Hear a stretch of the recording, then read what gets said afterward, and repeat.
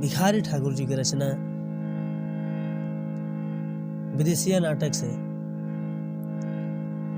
बड़ा सुंदर भाव में भिखारी ठाकुर जी जत्सारी लय के माध्यम से बड़ा सुंदर भाव लिखले बाड़े। आई सुनल जाओ।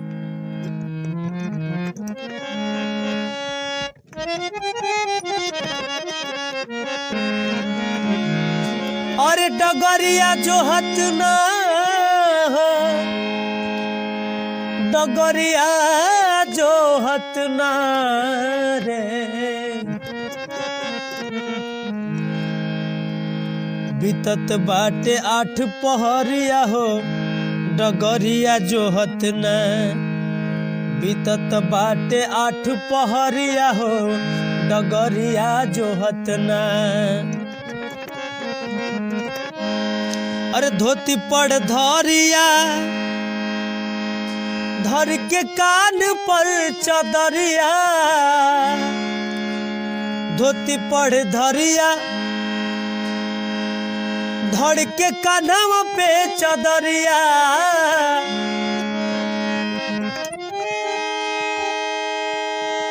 और बबरिया झर के ना हो बबरिया झर के ना रे कोई बकवना सहरिया हो बबरिया झर के ना कोई बकवना सहरिया हो बबरिया झर के ना। एको ना भेजवला खत कतहु से खबरिया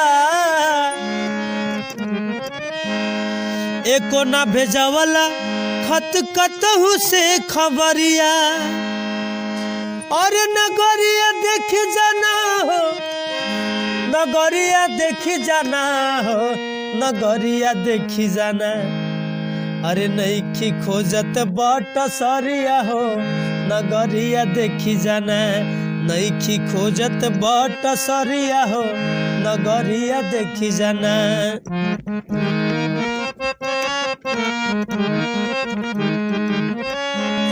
परोसी कर थरिया भात दाल तर करिया परोसी कर थरिया भात दाल तर करिया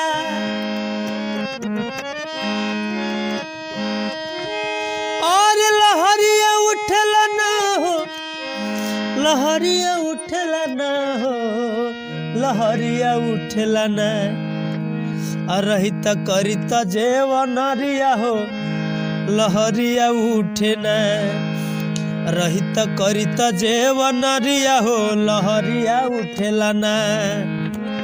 कहत भिखारी मनवा करे लहर घरिया और कहत भिखारी मनवा करे लहर घरिया हो उमरिया भरिया ना हो उमरिया भरिया ना देखत रहती भर नजरिया हो उमरिया भरिया ना देखत रहती घर नजरिया हो उमरिया भरिया ना देखत रहती भर नजरिया हो उमरिया भरिया ना देखत रहती भर नजरिया हो उमरिया भरिया ना।